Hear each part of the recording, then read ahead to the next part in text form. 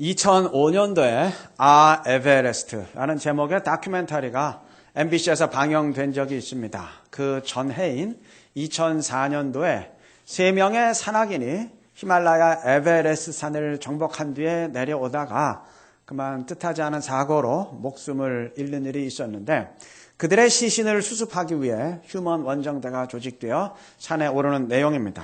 당시 원정대를 이끈 사람은 산악인 엄홍길 씨였는데, 그 일은 생명을 담보로 하는 일이었습니다. 실제로 그들이 수습해야 되는 시신 가운데 한 사람인 백준호라는 사람은 먼저 조난당한 박무택 대장을 구조하기 위해 올라갔다가 그만 생명을 잃은 경우였습니다. 그만큼 그 지점에 오르는 일이 위험천만한 일이었던 겁니다.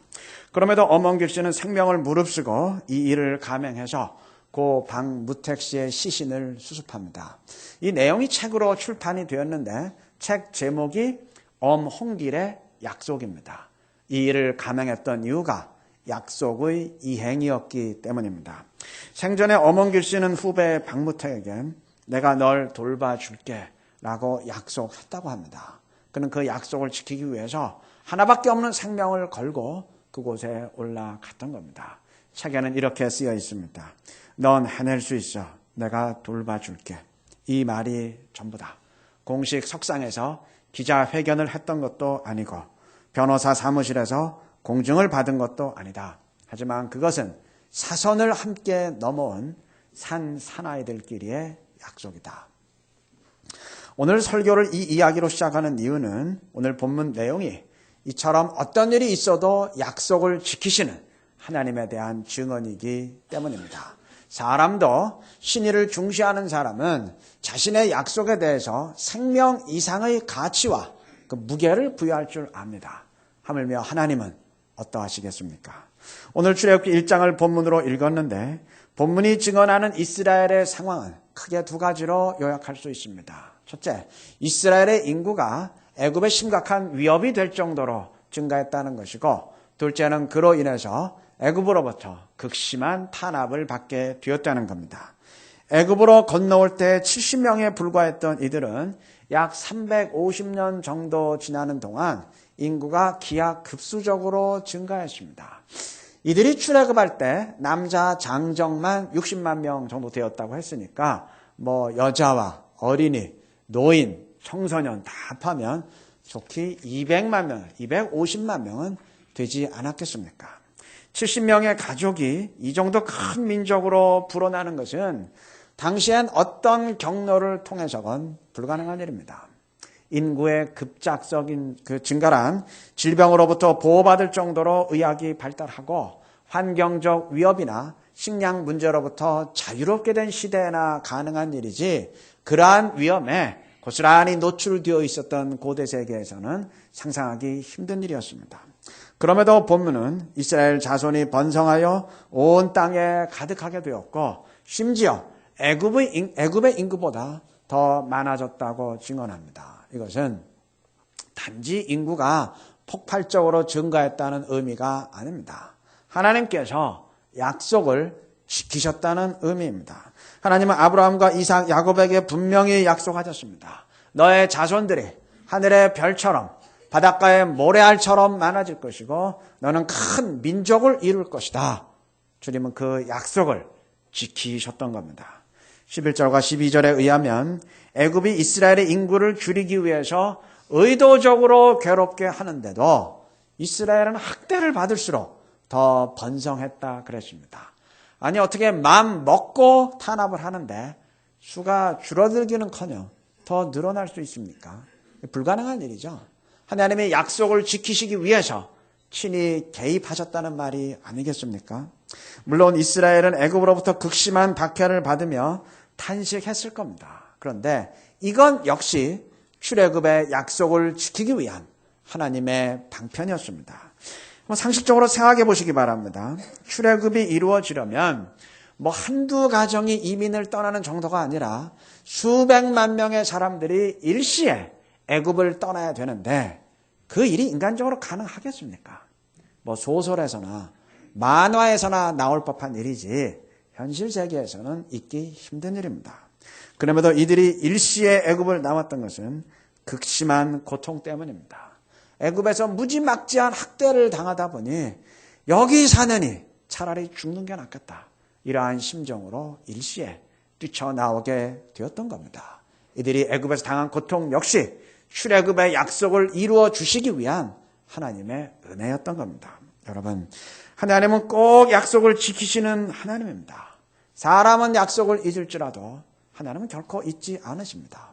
창세기 17장에서 하나님이 아들을 주시겠다고 그 약속의 말씀을 상기시키자 아브라함은 이 나이에 무슨 자식입니까? 하면서 이스마엘이나 하나님 앞에 살기를 원하나이다 답변을 했습니다.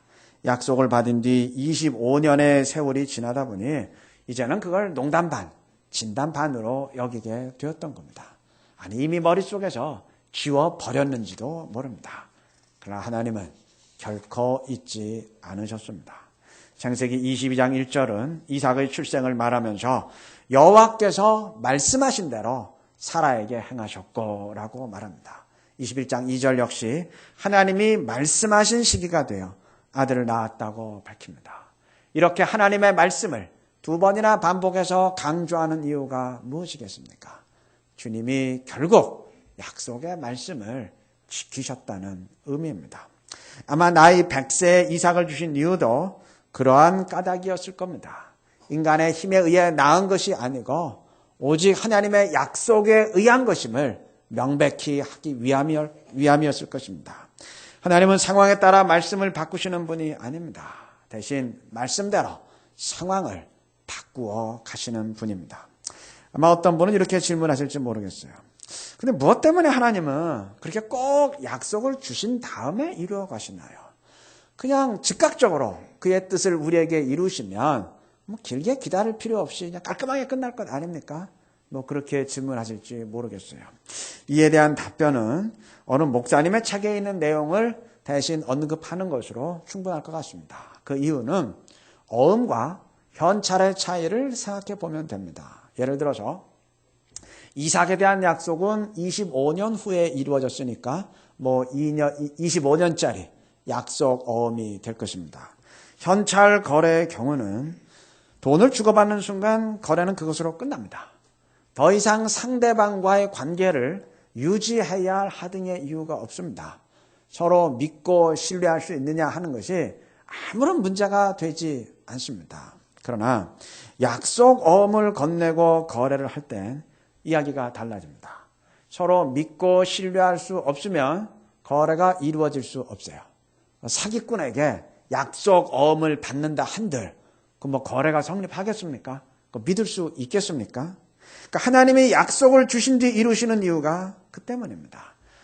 우리와 그저 일회적으로 끝나는 그런 단편적인 관계, 비즈니스의 관계가 아니고 계속 지속되는 신뢰의 관계를 원하시기 때문입니다. 서로 믿음의 관계를 구축하기 원하시기 때문입니다. 이제 우리가 할 일은 주님과 그러한 신뢰의 관계를 이루는 일입니다.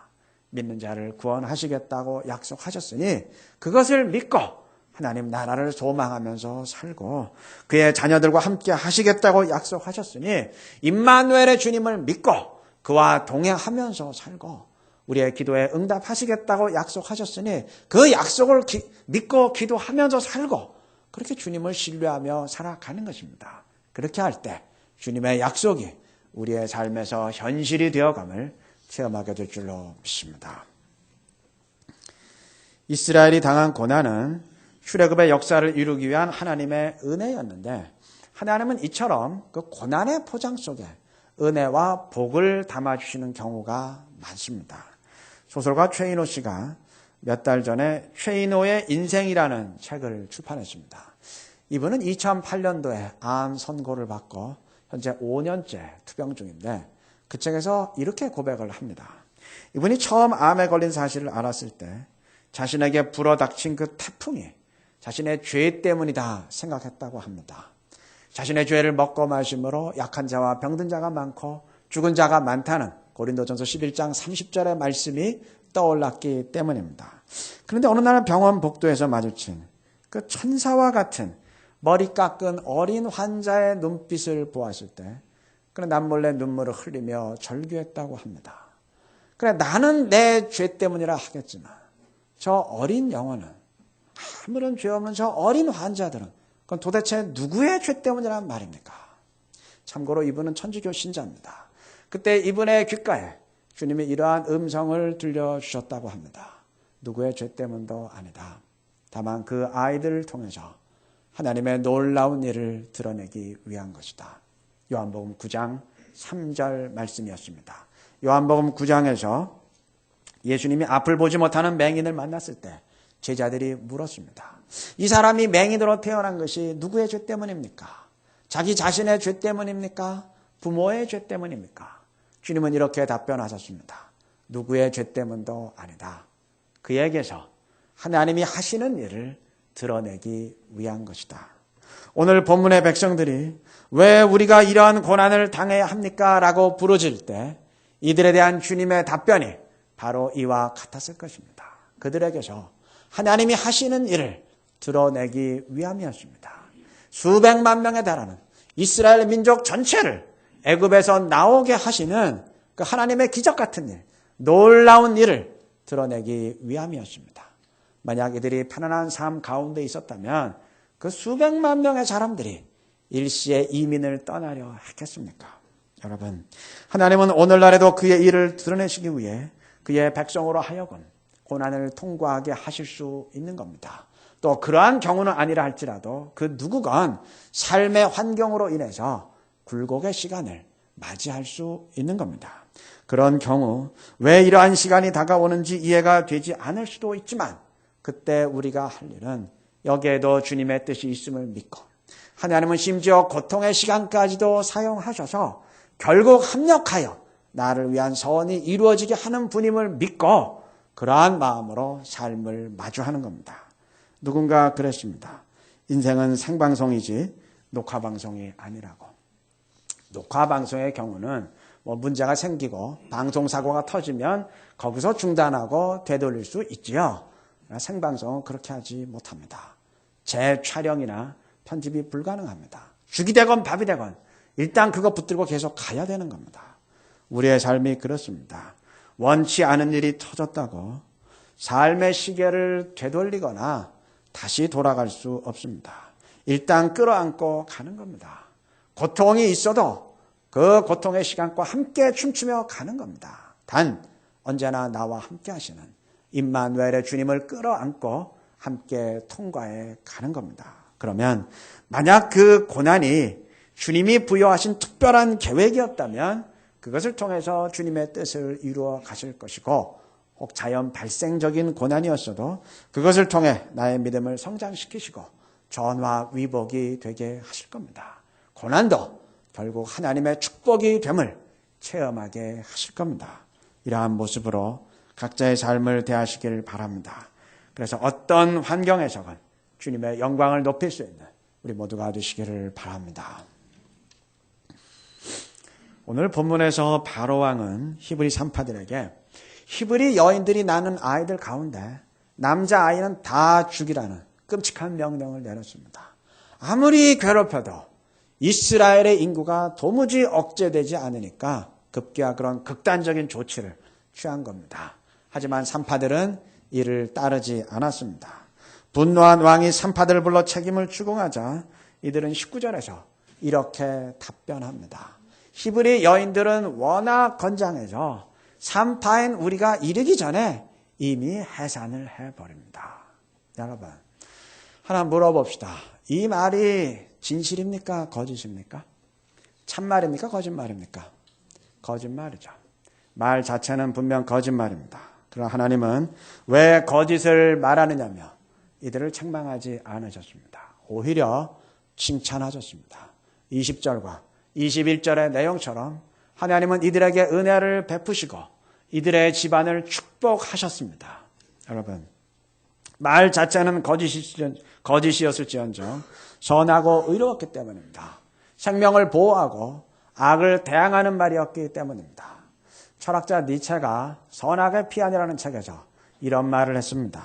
어떤 말이 옳거나 그르다고 하는 것은 그 말에 대한 적절한 평가가 아니다. 중요한 것은 그 말이 생명을 창조하고 독려하느냐? 그렇지 않느냐이다. 우리 모두 새겨 들어야 할 말입니다. 누구의 말이건 단지 그 말이 맞느냐 틀리냐, 참말이냐 거짓말이냐, 그것으로 평가되어서는 안 될 것입니다. 그 대신 그 말이 선한 말이냐 악한 말이냐, 사람에게 유익을 끼치는 말이냐 폐를 끼치는 말이냐, 그리고 지혜로운 말이냐 어리석은 말이냐 하는 기준으로 판단되어야 할 것입니다. 내가 없는 말에, 내가 틀린 말에 할 수 있지만 없는 말보다 있는 말이 더 위험할 수 있는 겁니다. 본문의 산파들처럼 거짓을 말하면서도 의롭고 선할 수 있는 것이고, 반대로 진실을 말하면서도 얼마든지 악할 수 있는 겁니다. 말의 진실보다 더 중요한 것이 마음의 진심이고, 진심보다 더 중요한 것이 지혜입니다. 정직함으로만 따진다면 3살짜리 아이들이 으뜸일 겁니다. 그러나 그렇다고 우리가 3살짜리처럼 말하면 어떻게 되겠습니까? 유치할 겁니다. 진실도 있고 진심도 있지만 상황을 판단하는 지혜가 부족하기 때문입니다. 삶과 행동 전체에 적용되는 원리입니다. 우리가 몇 주 전에 보았듯이 사도행전 21장에서 바울이 예루살렘을 방문했을 때 야고보가 한 가지 부탁을 합니다. 이곳 예루살렘의 유대 기독교인들 가운데 당신에 대해 오해하고 있는 사람들이 너무 많으니 그들의 오해를 불식시키기 위해서 율법에 따른 정결 의식을 행해 줄 수 있겠느냐는 것이었습니다. 바울은 이에 동의하고 기꺼이 행해 줍니다. 예루살렘의 상황을 지혜롭게 판단했기 때문입니다. 만약 바울이 이를 거부하면서 아니 율법과 구원은 아무런 상관이 없는 것 아니냐라는 식으로 말했다면 말 자체는 분명 맞는 말입니다. 그러나 지혜로운 말, 최선의 태도는 되지 못했을 것입니다. 겉으로 보기엔 지극히 성경적인 말인 거 맞아요. 그러나 실제로는 자기 자존심을 지키기 위한 말이지 교회를 위한 말은 되지 못하기 때문입니다. 오늘 본문 21절은 산파들이 하나님을 경외했다고 밝힙니다. 그들은 하나님을 경외함으로써 말하고 행동했습니다. 이것이 우리 언행의 기준이 되어야 될 것입니다. 나의 말과 행동이 그 자체로서 맞느냐 틀리냐, 성경적이냐 아니냐를 따지기 전에 과연 이러한 말과 행동이 하나님을 경외하고 그의 영광을 드러내고 교회를 위한 말이 되는 것인지 냉정히 따져 보아야 될 것입니다. 그리고 그러한 기준으로 우리의 말과 행동을 쌓아가야 될 것입니다. 그렇게 할 때 우리의 삶을 통해서 주의 뜻이 드러나고 하나님의 영광이 높이 들림받게 될 줄로 믿습니다. 말씀을 맺겠습니다. 이스라엘은 애굽에서 노예 생활하며 바로의 학대를 받았지만 사실은 그 가운데에서도 하나님은 이들에게 은혜를 베풀고 계셨습니다. 하나님의 은혜는 언제나 우리와 함께합니다. 그리스도인들이 어떤 상황에서건 삶을 긍정적으로 마주할 수 있는 이유입니다. 신앙은 긍정적입니다. 긍정적이란 말은 무조건 잘 될 것이다, 내가 원하는 대로 될 것이다 라는 의미가 아닙니다. 주님의 약속을 신뢰한다는 말입니다.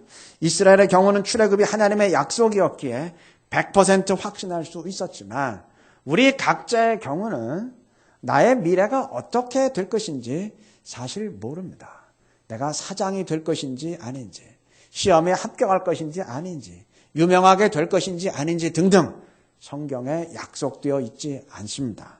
이때 우리가 할 일은 내가 원하는 것을 마치 하나님의 약속이라 여기면서 분명 내가 원하고 바라는 대로 될 것이다 라고 확신하는 것이 아닙니다. 인생은 얼마든지 나의 생각이나 계획, 희망과는 다른 방향으로 흘러갈 수도 있는 겁니다. 대신 하나님은 언제나 나와 함께 하시겠다고 약속해 주셨고 내 기도를 들으시겠다고 은혜를 베풀어 주시겠다고 약속하셨고 나를 인도해 주시겠다고 약속해 주셨습니다. 그러면 우리가 할 일은 그러한 약속들을 믿고 어떤 현실이 내 앞에 펼쳐지건 하나님의 은혜와 인도하심을 신뢰하면서 용기 있게 삶을 살아가는 것입니다.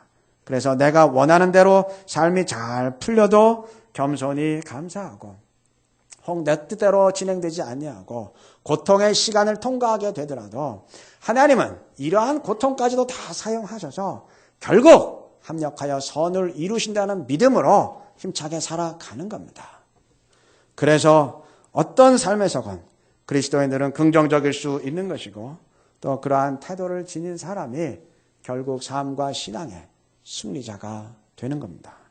세상의 조언도 그와 동일합니다. 우리는 꿈꾸면 된다, 확신하면 된다는 식의 이야기를 세상이 말하는 긍정적인 사고방식으로 알지만 천만의 말씀입니다. 그건 자기 개발서의 저자들이 책을 팔기 위해서 하는 말일 뿐이고 세상도 심리학자들이나 정신분석가 의사들과 같은 전문가들의 경우는 그러한 무조건적인 긍정이 결코 바람직하지 못하다고 경고합니다. 그 대신 합리적인 긍정주의자, 현실적인 긍정주의자가 될 것을 조언합니다. 어떤 상황에서건 설령 삶의 현실이 내 뜻과 다르게 진행될지라도 그러한 경험들이 어떻게든 나에게 도움이 될 것이라 믿으면서 긍정적으로 살아가라는 말입니다. 그것이 삶의 가장 바람직한 태도라고 합니다. 실제 분석 결과가 그렇다는 겁니다. 주님을 신뢰하라는 말만 빠졌을 뿐 성경의 말씀과 흡사합니다. 당연합니다. 성경의 진리는 일반 계시처럼 세상의 것들에도 반영되기 때문입니다. 하나님의 약속도 아닌 것을 약속이라 고집할 필요 없습니다. 그건 믿음이 아니라 착각 내지는 자기 확신에 불과합니다. 그렇게 억지로라도 믿어서 좋은 결과가 있을 수 있다면 그렇게 할 만한 가치가 있겠지만 실제로는 엄청난 폐해가 됩니다. 그 대신 주님이 약속하신 것이 있습니다. 그것을 굳게 붙들고 살아가시기를 바랍니다. 그러면 어떤 상황에서건 주님을 신뢰하며 승리하는 그리스도인들이 될 줄로 믿습니다. 이러한 우리 모두가 되시기를 그리스도의 이름으로 축원합니다.